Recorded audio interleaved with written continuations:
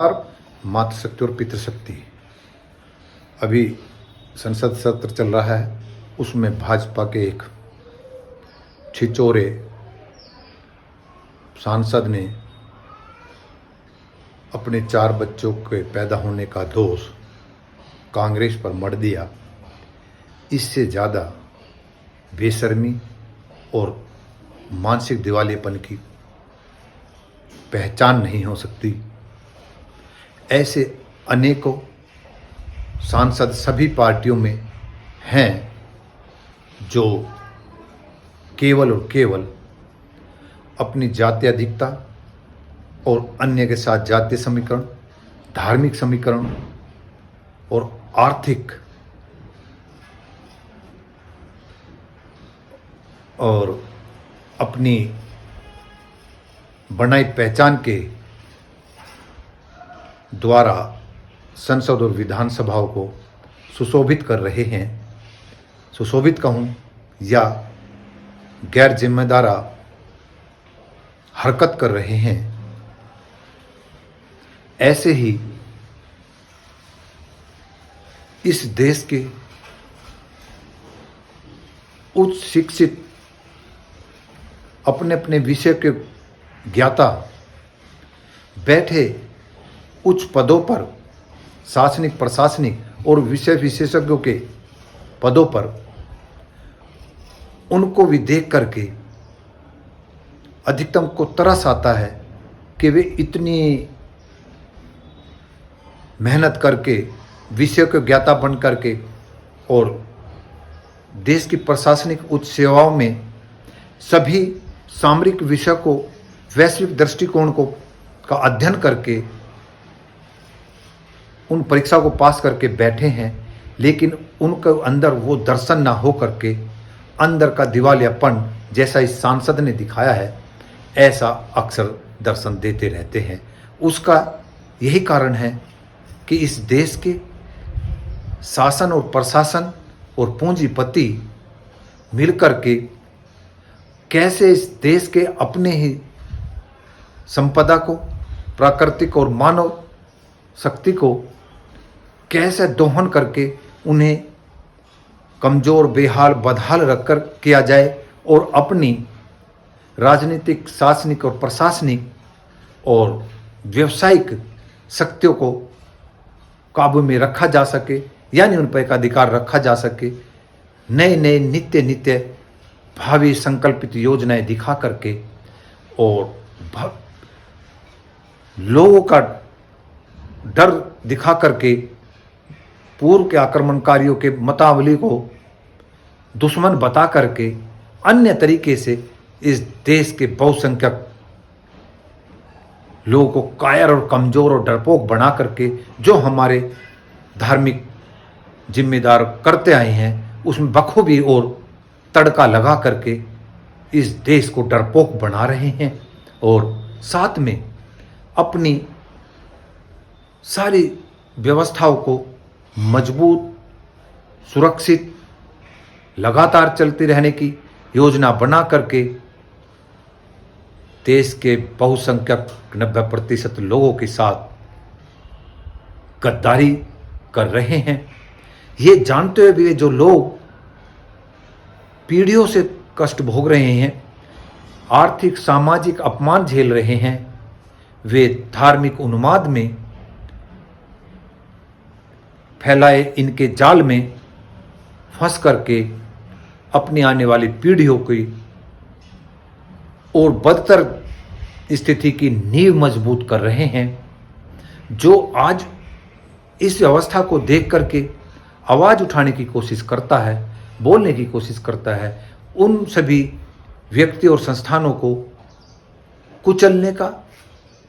उनको कुंद करने का नित्य प्रयास चल रहा है। जैसे चुनाव आयोग की नियुक्तियां, सुप्रीम कोर्ट पर हमला, अन्य संवैधानिक संस्थाओं की गुलामियत, मीडिया पूंजीपतियों के हाथों में जाने से सरकार के सामने रेंगता हुआ एक मर्मस जो नैरेटिव विमर्श प्रस्तुत करने के लगातार जो आडंबर किए जा रहे हैं, ये भविष्य के लिए ठीक नहीं है। हमारे देश के मुख्यमंत्री ने 2014 में ये गर्व से कहा था कि हमारे देश में 65% जनसंख्या दुनिया की सबसे युवा आबादी है। हम उसके आबादी को, उस युवा शक्ति को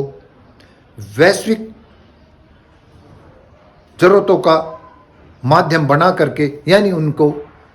अपने अपनी प्रतिभा के दक्ष करके, कुशल करके, आंतरिक और बाहरी रूप में उन्हें संपदा के रूप में स्थापित करेंगे, ना कि वे जनसंख्या हमारे देश पर बोझ बने।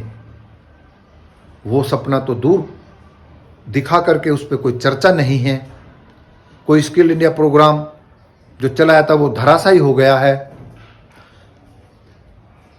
शिक्षा इतनी महंगी हो रही है, और पूर्व की सरकारें भी इस तरह की ही थी, लेकिन उनकी गति धीमी थी। उन्होंने जहाँ जरूरत थी,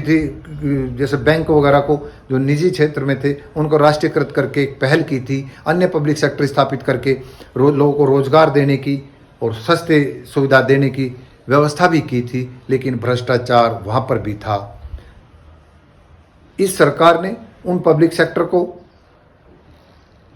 निजी हाथों में सौंपने का कार्य तीव्र गति से कर रखा है। पूर्व की सरकारों ने यह हवाला दिया पूंजीपतियों से मिलकर के और प्रशासनिक लोगों ने कि इस देश के गरीब मजदूर किसान को अच्छी शिक्षा, अच्छा स्वास्थ्य देने के लिए इन दो सेक्टर को निजी हाथों में देना होगा। उसका परिणाम आपके सामने है कि जो परिवार अपने बच्चों की मूल प्रतिभा को, अपनी अवस्था को समझते हुए उनको अपने क्षेत्र और उसकी योग्यता के अनुसार कार्य दे करके अपनी आजीविका चला करके अपने परिवार के साथ ही देश के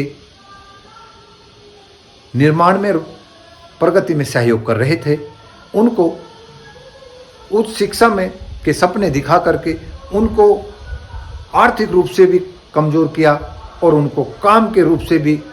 कमज़ोर किया। यानी इन बच्चों को निकम्मा बना दिया है, उनमें हताशा और डिप्रेशन है, निराशा है। ऐसी अवस्था आज की सरकार और भी तीव्र गति से कर रही है, तो उस पर हमें ध्यान देना चाहिए। और हमारी सरकार दावा करती है कि हमारी दुनिया में जो 5वें नंबर की, 3 नंबर की अर्थव्यवस्था है, तो इस अर्थव्यवस्था से आप ये समझिए कि हमारा आयात निर्यात में घाटा बढ़ा है, रिजर्व फंड खत्म हुए हैं, और जिस अर्थव्यवस्था की हम दुनिया में स्थान बनाने की बात कर रहे हैं, जिनसे हम अपने आप को आगे बता रहे हैं, जिन देशों की अर्थव्यवस्था हमसे कमज़ोर हो चुकी है, उनकी आबादी और ज़रूरत के हिसाब से देखें, उनके लिए वो अर्थव्यवस्था आज भी लाभकारी होगी। क्या ये मजबूत अर्थव्यवस्था जिसका हम दर्शन या बखान कर रहे हैं, क्या आम भारत के लिए, भारत को आंतरिक रूप से मजबूत करेगी, या चंद लोगों के पास इकट्ठी होती हुई संपत्ति से बनी हुई अर्थव्यवस्था क्या देश के मूल निर्माण में, आम किसान मजदूर को कुशल और कौशल और खुशहाल करने में सहयोगी होगी? इस पर विचार करना। तभी मैं ये कहता हूँ कि किसी के बहकावे में आके धर्मांध ना होकर के इन राजनीतिक और योग्यता के बल पर प्रतियोगी परीक्षा पास करके आए हुए लोगों के दर्शन आचरण से ये सीखें कि इन्होंने अमानवीयता दिखाई है। हम साधारण शिक्षा और अपनी प्रतिभा के अनुसार अपने कार्य करेंगे, जिससे राष्ट्र का और मानव का कल्याण करने में सहभागी बनेंगे। उस तरह की योजना बनाने के लिए हम सरकारों पर दबाव बनाएं, बड़े बड़े सपने दिखाने वाले लोगों को धिक्कारें और नकारें। नमस्कार।